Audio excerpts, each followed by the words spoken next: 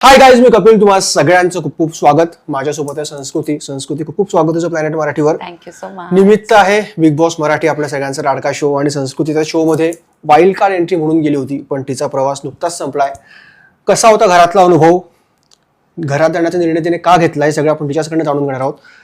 पहिला प्रश्न माझा तुला हाच आहे की वाईल्ड कार्ड एंट्री म्हणून तू घरात गेली होतीस, त्याच्या आधी महिनाभराचा सव्वा महिन्याचा खेळ झाला होता, तू बघत होतीस, सगळ्यांना फॉलो करत होतीस, तर तो तुला फायदा झाला का? कारण तुला घरातलं एकूण वातावरण कसं आहे, कोण कसं खेळतंय हे याचा अंदाज आलाच होता, त्यामुळे तू काही पूर्वतयारी केली होती आणि तो अंदाज तुला होता का? गेम ऑलरेडी अर्धा संपलेला, म्हणून कुठे ना कुठे एक जनरलाइज्ड आयडिया येते की सगळ्यांचे स्वभाव कसे आहेत, त्यांचे रिॲक्शन्स कुठल्या सिच्युएशनला कसे असणार किंवा काय, त्यांचा एक जनरलाइज्ड गेम कळतो. पण कसं आहे, आपण घराच्या आतमध्ये गेल्यानंतर, कारण की आता त्यांना माहिती आहे की मला त्यांचा गेम माहिती आहे, म्हणून ते गेम चेंज पण करतात की ते एक्झॅक्ट सेम रिॲक्शन देत नाही किंवा असं भरपूर काय काय आहे. कारण की असं भरपूर काय काय आहे जे 24 आवर्स जेव्हा आपण तिकडे जाऊन राहतो ना, तेव्हा आपल्याला कळतात. पण नक्कीच एक ॲडव्हान्टेज होता मला, कारण की जसे हे सगळे जण स्टार्टिंगमध्येच गेलेले, तर त्यांना काहीच कळून नव्हतं येत की काय, कोण कसं आहे, काय वागतं, कसं वागतं. त्याचं मला एक जनरलाइज्ड आयडिया होता, तर कुठे ना कुठे ते एक ॲडव्हान्टेज तर होतं.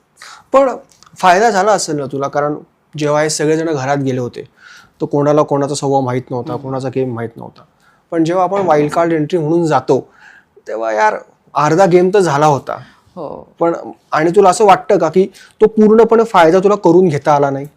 आय थिंक ते ॲडव्हान्टेज सोबत ना खूप सारे डिसएडव्हान्टेज सोबत येतात. जसं तुम्ही सांगितलं की अर्धा गेम ऑलरेडी झालेला आहे, म्हणजे अर्ध्या लोकांनी चुक्या करून त्या चुक्यांच्या बाहेर येऊन एक खूप मोठा असं जर्नी बिल्डअप केलेली आहे. जी journey as a wild card build करायला तेवढी वेळ भेटत नाही.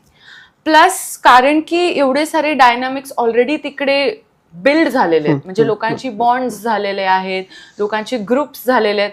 तर त्या बॉन्ड्स आणि डायनामिकमध्ये अचानक मध्ये घुसणं नाही एकदम नॅचरली पॉसिबल होतं, नाही ते करून देतात. कारण की एक खूपच प्रामाणिकपणे म्हटलं तरी, ऑफकोर्स जर मी या घरात 50 दिवसांपासून राहते आणि अचानकच कोणतरी नवीन येतंय, तर माझं फर्स्ट रिॲक्शन त्यांच्यासाठी हे नसणारच की या बसा. हेच असणार की आता हे आलेत, हिला आपण कसं लवकर बाहेर काढणार. तर तो एक डायनॅमिक हा फक्त या सीझनमध्ये नाही, हा हर एक रियालिटी शोच्या हर एक सीझनमध्ये होतो, एस्पेशली बिग बॉसमध्ये. कारण की त्यांनी हे म्हटलं पण आहे भरपूर वेळा की आम्ही एवढ्या लोकांना काढायला मेहनत केली आहे, अजून 3 पाठवले यांनी. तर ते कुठं ना कुठे एक डिसएडव्हान्टेज पॉईंट असतं की तिकडे थांबून तुम्हाला खरंच एक म्हणजे म्हणतात ना, त्यांच्या बॉन्ड्सच्या असं आपल्याला मध्ये घुसायला लागतं, एक फोर्सफुल तुम्हाला एक शिरायला लागतं त्याच्यात. तर ते सगळ्यांसाठीच पॉसिबल होणार असं नाही. म्हणजे तुला असं वाटतं का की त्या लोकांनी तुला एक्सेप्ट नाही केलं? एक्सेप्ट पेक्षा आय थिंक त्यांनी मला समजून घेण्याचा एफर्टच नाही केला. कारण की त्यांच्यासाठी कसं होतं की जेवढं आपण हिला कमी समजून घेऊ किंवा हिला कमी अटेन्शन देऊ किंवा काय करू, तेवढं आपण जास्त दिसणार. आणि ते रॉंग नाहीये कुठे, तोच फॉर्मॅट आहे, तोच त्यांना पुढे घेऊन जाण्याचा एक तरीका आहे. पण कुठे ना कुठे असं मला वाटतं की मी खूप ओपन माइंड घेऊन गेली. म्हणजे माझ्याकडे पण खूप जणांचे एक म्हणतात ना, एक कशी छापा पडतो ना की हा असाच असेल, तो तसाच असेल, ती तशीच असेल. पण ते सगळं मी फर्स्ट डेला गेल्यानंतरच एक ओपन माइंड ठेवला की चला या सगळ्यांना आपण ॲक्च्युली ओळखून घेऊन, जाणून घेऊन, त्यांच्या स्वभावाचं जे ॲक्च्युअल निटीग्रिटीज आहेत ना ते जाणून घेऊया. बिकॉज ते माझं क्लिनिकल सायकोलॉजीमुळे आय थिंक माझं एक पॉईंटच तसं आहे की मला लोकांना एकदम डीपली अॅनलाइज करायला किंवा त्यांना डीपली अंडरस्टँड करायची एक ती माझ्यामध्ये आहेच. I think occupational hazard. म्हणून ती गोष्ट मला कुठेही समोर न होताना दिसली नाही. एक खूप इझिली फर्स्ट वीकमध्येच टॅग लागून गेलेला, म्हणजे एकच सेंटेन्स सगळे सारखे सारखे म्हणत होते की ही काय बोलते आम्हाला समजत नाही. आणि हे ना कन्व्हिनियंटली जेव्हा ग्रुप सेटिंग मध्ये असायचं ना, तेव्हा हे खूप इझिली बोलायचे. जेव्हा 1-on-1 आमचे कॉन्व्हर्सेशन्स व्हायचे तेव्हा सगळ्यांना सगळं एक एक माणसाला समजून यायचं. पण जेव्हा ग्रुप कॉन्व्हर्सेशन्स मध्ये असेल किंवा कुठल्या टास्कच्या टाइमला असेल, तेव्हा हा एकदम एक सेंटेन्स इझिली त्यांच्या तोंडातनं निघायचा. कारण की कसं होतं, एकदा ठरवून घेतलं ना की अरे हिला आपल्याला कुठे ना कुठे एक बाहेरचा रस्ता दाखवायचा, तर एक नेरेटिव्ह आपल्याला सेट करायला लागेल. तो नेरेटिव्ह आपण सेट केला का तो आपण पब्लिकला पुश करू शकतो. मग त्या पब्लिकला पण तेच बिलीव्ह येणार की अरे ही अशीच असेल ना, सगळे एवढे म्हणतात. तर आय थिंक ते एक गोष्ट मी ऑब्झर्व केली माझ्या ते शॉर्ट्स आणि स्वीट स्पॅनमध्ये. आणि आय थिंक गेम होता, तर सगळ्यांनी गेम म्हणून खेळला. नक्कीच जेव्हा मी बाहेर भेटू किंवा काय करू, तर आय डोंट थिंक तसं कोणाचा स्वभाव ऍक्च्युअल मध्ये असेल, अँड आय होप की नसेलच.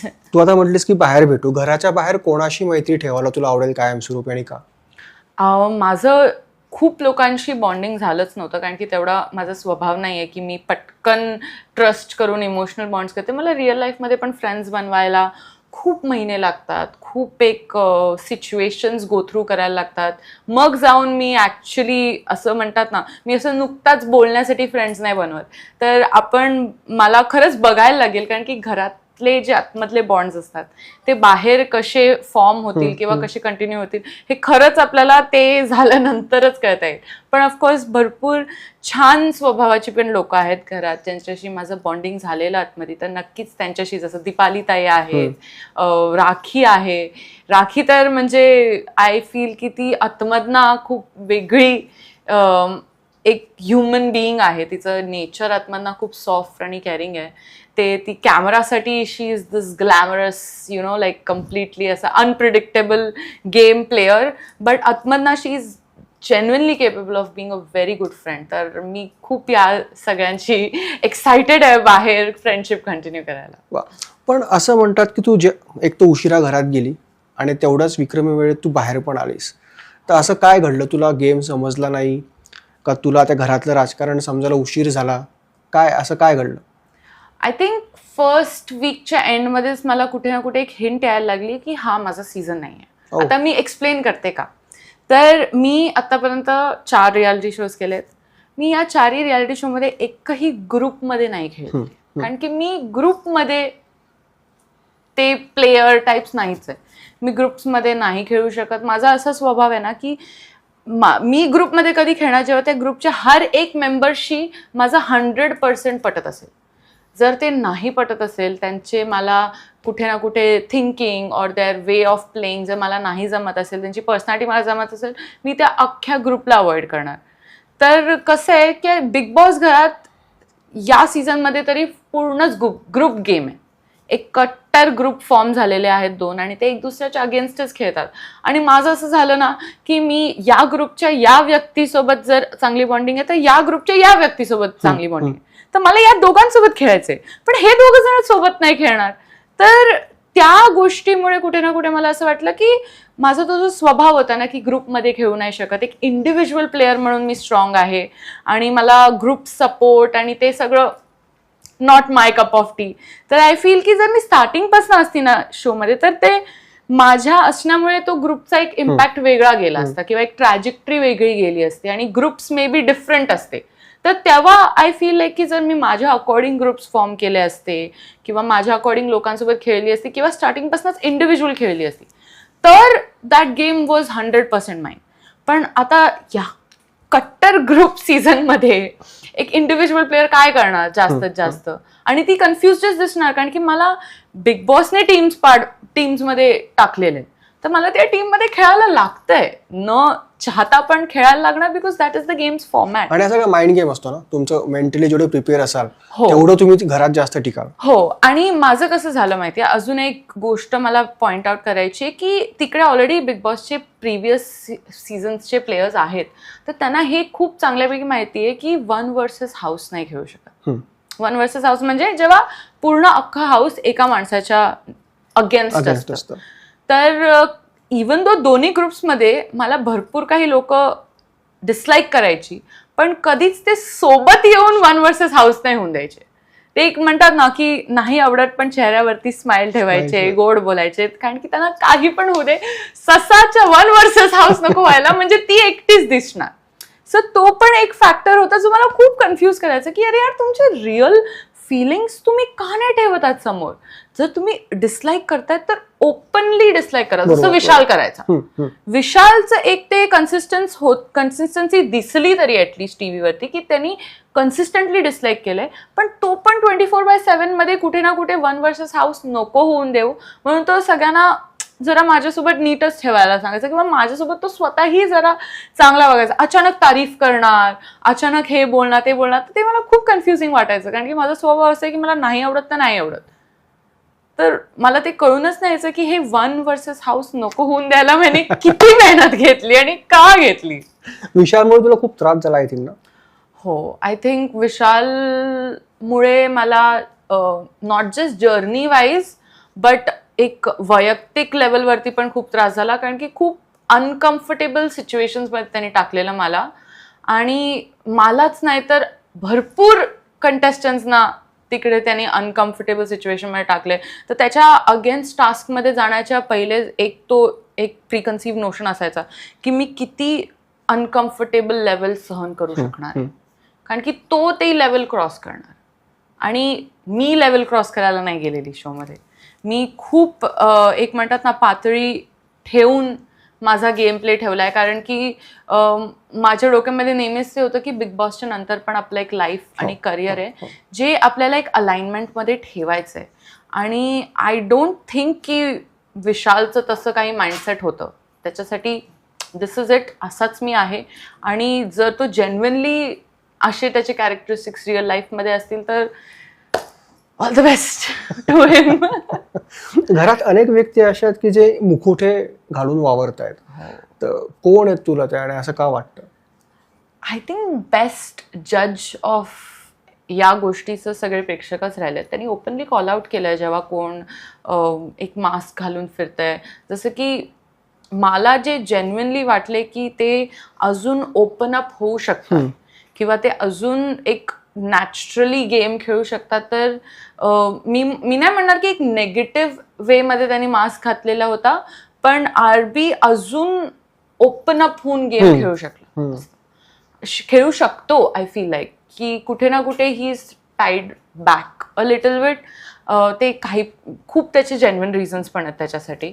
आय फील की तो खूप इंटेलिजंट आहे, खूप हेड स्ट्रॉंग आहे, पण तो फोरफ्रंटवरती येऊन नाही खेळू शकत आहे. तर ते आय फील की एक मास्क जर कोणाचा मी जास्तीत जास्त बघितलाय तर तो आरबीच्या कडनं बघितला मी. आणि सगळ्यात दीपाली त्याबद्दल तुझं मत काय? कारण ती सगळ्यांचीच गोड गोड गोड गोड. हो, दीपाली ताई घरातली मांजर आहे. सगळेच म्हणतात दीपाली ताई घरातली मांजर आहे. आणि ते त्यांना खरंच तो एक टॅग आहे ना, एक नेगेटिव्ह पॉईंटमध्ये नाही बघितला तरी ती सगळ्यांशी बोलणार छानपैकी. माझं तर त्यांच्यासोबत इमोशनली पण खूप छान कनेक्ट झालेलं. आम्ही ज्या करिअर स्टँड पॉईंटवरती आहोत ते पण कुठे ना कुठे सिमिलर होते, म्हणून आम्ही खूप गोष्टीवरती कनेक्ट केलं. पण गेम प्लेअर म्हणून ना ते एक त्यांचं एक कॅरेक्टर आहे की म्हणजे मी अशी आहे, मी मुद्दे लावणार, मी मुद्दे बनवणार. एक ते कुकिंग करते ती मुद्द्यांचं, म्हणजे कुठेही काही नसेल तर ती स्वतःच्या सुई धागेने एक मुद्दा शिवून काढणार. आणि ते कुठे ना कुठे आय थिंक शो पर्स्पेक्टिव्हनी खूप नाही जमत होतं मला. कारण की कसं आहे की जेव्हा तुम्ही मुद्दे मुद्दामून बनवतायत तेव्हा तुमचं ते जेन्युइन स्टँड पॉइंट वाटत नाही. आणि मी भरपूर वेळा बघितलं की जिकडे गरजच नाही तिकडे दुसऱ्यांना धक्का मारून पुढे करायचं की अरे तू कर ना, बघ आपण रिॲक्शन बघू. तर आय थिंक तो एक जो पार्ट होता ना त्यांच्या गेमचा तो मला कधी समजलाच नाही की हे का. राखी जेव्हा कळते त्यावेळेला समजून येतं, बिकॉज तिचा स्वभावच तसा आहे, तिचं गेमच तसा राहिलेला आहे. आणि ती असं नाही की ती कुठेही सिरियस प्लेअर म्हणून नाही कन्सिडर केली जात, पण दीपाली ताईंना मी एक सिरियस प्लेअर म्हणून कन्सिडर करत होती. म्हणून मला ते एक ऍस्पेक्ट त्यांच्या गेमचं नाही कळायचं, ते का कठपुतलीसारखं सगळ्यांना चालवण्याचा प्रयत्न करायचे. बट ॲज ह्युमन बिईंग ते खरंच खूप छान आहेत. त्यांचा स्वभाव खूप म्हणजे माया आईसारखा स्वभाव त्यांचा, खूप माया देतात, ते खूप केअर करतात, कुठे ना कुठे एक अथॉरिटी पण आहे त्यांच्याकडे की हे असं नाही करायला पाहिजे. त्यांनी खूप तिकडे घरातल्या कंटेस्टंट्सना सांभाळलंय. जसं आत्ताच नुकताच त्यांच्या विंगमध्ये गेलेली रेवाला त्यांनी खूप चांगल्यापैकी सांभाळलंय. पण रेवालाच धक्का पण मारायचे ते की जा राखीचा रिॲक्शन काढून आण, हे कर ते कर. तर ते मला खेळच तसा आहे ना. पण बट ते जेव्हा नॅचरली होतं ना, जसं रेवाला जर नॅचरली फिलिंग आली की मला राखीकडनं रिॲक्शन काढायचंय, की मी हे करते आणि बघते तिचं रिॲक्शन आहे, तर ती मला गोष्ट समजली असते. पण कुठल्या दुसऱ्याच्या बोलण्यावरती जेव्हा ती गोष्ट होते ना, तेव्हा दोन्हीही ते प्लेयर्स वीक वाटतात. हो हो. तुम्ही दोघं जण इंडिव्हिज्युअली ती गोष्ट करा समोरनं, तर मला पण मजा येईल बघायला. पण जेव्हा तुम्ही हे प्लॅनिंग किंवा कुठे ना कुठे एक सेटिंग करून जेव्हा तुम्ही गोष्ट करतात ना, तेव्हा ती थोडी त्याची ऑथेंटिसिटी कमी होऊन जाते. अशा दोन व्यक्ती मला सांग ना, की ते एक म्हणजे एक व्यक्ती अशी जी खूप फेक आहे, घरात सगळ्यात फेक वागते, आणि दुसरी छुपा रुस्तम. विशाल सगळ्यात जास्त फेक वागतो घरात. आय थिंक त्याचा मीपणा मोठेपणा हा पूर्ण सीझनमध्येच दिसलेला आहे आपल्याला. पण त्याच्या अलावा पण त्याचा जो एक तो कॉन्फिडन्स आहे ना, तो फेक आहे. कारण की कुठल्याही तुम्ही सिच्युएशनमध्ये बघाल ना, तो नेहमी तेच म्हणतो की मला या गोष्टीची गरज नाही, मला कधीच या गोष्टीचा भीती नाही, ते नाही. पण ज्या मोमेंटला समजा एक सिम्पल गोष्ट पण असते, लेट्स से नॉमिनेशन, मला नॉमिनेशनची भीती नाही आहे, पण नॉमिनेशन्सची वाचण्याची जी इम्युनिटी आहे त्या गोष्टीसाठी तो काही पण करणार. हो. मग नुकताच तुला भीती कसं नाही आहे? जेव्हा तू कुठल्याही लेवलवरती जाऊन एक गोष्ट अचीव्ह करणार आहेस, जेव्हा तू एवढा फ्रस्ट्रेट होतो, एवढे रिॲक्शन्स देतो कुठल्या गोष्टीसाठी, आणि मग तू हेच म्हणतो की मला तर काहीच फरक नाही पडत, तर हे कुठल्या लेवलवरती रिअल झालं? कारण की जर मला नॉमिनेशन्सची भीती नाही आहे किंवा मला इम्युनिटी नको आहे, तर मी काहीच फरक नाही देणार, मला रिॲक्शन पण नाही येणार माझ्याकडनं. जसं मला सेकंड वीकमध्ये उमेदवारी नव्हती पाहिजे, माझ्याकडे उमेदवारी नव्हती, तेव्हा मला जेव्हा नाही पण मिळाली उमेदवारी, माझं काहीच रिॲक्शन होता, मी खूप चिल होती. पण त्यांनी जे एक्झॅक्ट सेम गोष्ट म्हटलं की मला या वीक उमेदवारी नको आहे, आणि जेव्हा त्याच्याकडनं ती उमेदवारी काढून घेतली त्याचा रिॲक्शन्स असतो. तर ते एक फेक कॉन्फिडन्स बद्दल चालतो, किंवा एक फेक कॉन्फिडन्स तो लोकांना कन्व्हिन्स करण्याचा प्रयत्न करतो की मी अजिबात घाबरत नाही, मला अजिबात फरक पडत नाही, टोळी असो नसो, त्याला गरज आहे लोकांची त्याच्या आजूबाजूला, जे त्याला असं वरती उचलणार किंवा त्याला सपोर्ट करणार, कारण की तो एकटा खेळूच नाही शकत. बरोबर. आणि हे फेक मुखवटा आय थिंक सगळ्यांनीच थोडाफार घातलेला आहे, पण ते एक गेम पॉइंट ऑफ व्ह्यू बघितलं तर मी बघितलेलं आहे. भरपूर त्यांच्या आपसी बॉन्डमध्ये मी बघितलंय की कुठे ना कुठे एक इनजेन्युइननेस असतेच, कारण की त्यांना ग्रुप आहे, आता ग्रुपमध्ये खेळायलाच लागणार, म्हणून त्यांचं ते इनजेन्युइटी दिसते. भरपूर वेळात तन्वी आणि दीपालीताईचं खसलंय, पण ते कधीच बाहेर दाखवून देत नाही आमच्या समोर. इवन दो आपण सेम घरात आहोत, सेम जागेवरती उठतोय बसतोय, पण त्यांच्यामध्ये जर काय भांडण झालं ते अजिबात असे छोटे छोटे मोमेंट्स खूप आहेत की जिथे आय वॉन्ट से की त्या घरात मास्क घालणं हे नेगेटिव्ह गोष्ट आहे. आय जेन्युइनली फील लाईक की तिकडे एक तो गेम चालवण्यासाठी सगळ्यांनीच एक मास्क तोडलेला, पण कोणीही तिकडे एक्सेसिव्हली फेक नाही वागत. फेक हा मला फक्त विशाल वाटला. आणि छुपा रुस्तम मला नक्कीच प्रभू वाटला, कारण की तो कुठे काय कधी करायचा हे कळूनच नाही यायचं. म्हणजे तो खरंच छुपा रुस्तम निघाला. पण एक मला त्याच्या गोष्टीचं खूप हे वाटायचं की तो सगळ्यांच्या बोलण्यावरती भरपूर करतो. लाईक तो डिपेंडेंट आहे की ह्यानी मला हे सांगितलं का पटकन करून टाकला. लाईक तो इन्फ्लुएन्स लवकर होतो. पण तो छुपा रुस्तम या रिझनमुळे, कारण की भरपूर वेळा त्यांनी अशा गोष्टी केलेल्या आहेत जे एक्सपेक्टेडच नव्हते की प्रभू करेल, आणि त्याच्यामुळे एक तो त्याचा स्वभावच तसा बनत गेला की अरे प्रभूनी हे चोरी केलं, किंवा प्रभूनी हे प्लॅनिंग केली, किंवा प्रभूनी हे मुद्दामून कॉन्टेंटसाठी केलं. तर ते एक आय थिंक छुपा रुस्तमगिरी त्याच्यामध्ये होती. आम्हाला सगळ्यांना वाटलं हा खूप साधा, एकदम स्वीट आणि एकदम असा मस्ती असेल त्याच्यामध्ये, पण ह्या सगळ्या गोष्टी करण्याचं तो केपेबल असेल असं आम्हाला खरंच मला तर खरंच असं वाटतं का की तो सिम्पथी गेन करणारा गेम खेळतो प्रभू? आय थिंक त्याला सिम्पथी मिळते पण खूप, कारण की त्याची जेन्युइन सिच्युएशन पण तशी आहे. त्याचा जो डिसऑर्डर आहे प्लस त्याचं हेल्थ कंडिशनमुळे त्याच्या जे फॅमिलीची कंडिशन झाली आहे ते एक खूप जेन्युइन, आपण पण जर एक माणूस म्हणून बघणार तर ते खूप जेन्युइन आहे की आपल्याला वाईट वाटणारच. पण त्या गोष्टीवरती जर अख्खा गेम डिपेंडंट असेल तर ते रॉंग आहे. म्हणून मी घरात पण होती, म्हणून मी जेव्हा घरात पण होती मी अनेकदा त्याला बोलायचा प्रयत्न केलाय की तुझा गेम फक्त या एका नेगेटिव्ह पॉईंटवरती किंवा तुझ्या जे लाईफमध्ये जे नेगेटिव्ह झाले त्याच्यावरती न डिपेंड करता तू स्वतःचं काहीतरी दाखव. पण ते त्याला आय थिंक गोष्ट त्याचं एज पण कमी आहे तर ती गोष्ट त्याला नक्की कितपत कळली हे मला समजत नव्हतं. सिम्पथीवाला गेम तर थोडाफार एका लेवलपर्यंत तर आहेच, कारण की त्या गोष्टीमुळेच तो नेहमीच सेव्ह होत राहिलाय. त्याचं बॅकग्राऊंड असू दे किंवा त्याचं एक परिस्थिती असू दे, आय थिंक ते एक खूप बुस्टिंग पॉइंट होतं त्याच्यासाठी. आणि महत्वाचा प्रश्न आहे, तू आतापर्यंत 4 रियालिटी शो केले, 4ही वेगवेगळ्या जॉनरचे. त्याची सुरुवात तुझी झाली होती एका मोठ्या चॅनलच्या मोठ्या रियालिटी शोने, कट्टू आता big boss Marathi. Big boss Marathi तर ऑफकोर्स अख्ख्या भारतातला बहुचर्चित शो आहे. तर वेगवेगळे अनुभव आले असतील ना तुला?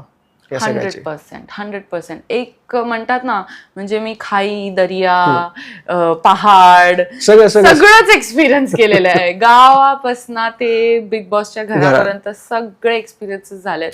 आणि आय थिंक बिग बॉस त्याच्यातनं माझं सगळ्यात एक स्पेशल प्लेस असणार आहे, कारण की जेव्हा मी फर्स्ट रियालिटी शो केला तेव्हा मी एका गावात होती आणि तिकडची लोक, तिकडची जे पण काही एक राहण सहाण मी शिकून घेतलं ना ते तर मला लाईफ लॉंग हेल्प करणारच आहे. पण बिग बॉसच्या घरात जेवढं मला माझ्याबद्दल कळलं ना तेवढं मला आय डोंट थिंक मला कुठल्याही रियालिटी शोमध्ये कळलं असेल. एक मला माझ्या स्वभावाबद्दल, माझे रिॲक्शन्सबद्दल, माझे किती लिमिट्स आहेत, किती बाउंड्रीज आहेत, मी किती फ्रस्ट्रेट झाल्यानंतर काय काय करू शकते हे मला बिग बॉसमध्ये कळले. तर आय थिंक ती एक गोष्ट जेन्युइनली मला लाईफमध्ये खूप हेल्प करणार. करिअर स्टँड पॉईंट असू दे किंवा माझं इंटरेस्ट सोशल वर्कमध्ये आहे, तर हे सगळ्याच गोष्टी खूप खूप खूप इम्पॉर्टंट असतात. काय वाटतं तुझ्या दृष्टीने कोणी जिंकावं ही ट्रॉफी? कोणाचं नाव कोरडं जाईल? कोणाला सपोर्ट करशील? माझी खरंच सांगून नाव रोज बदलतात.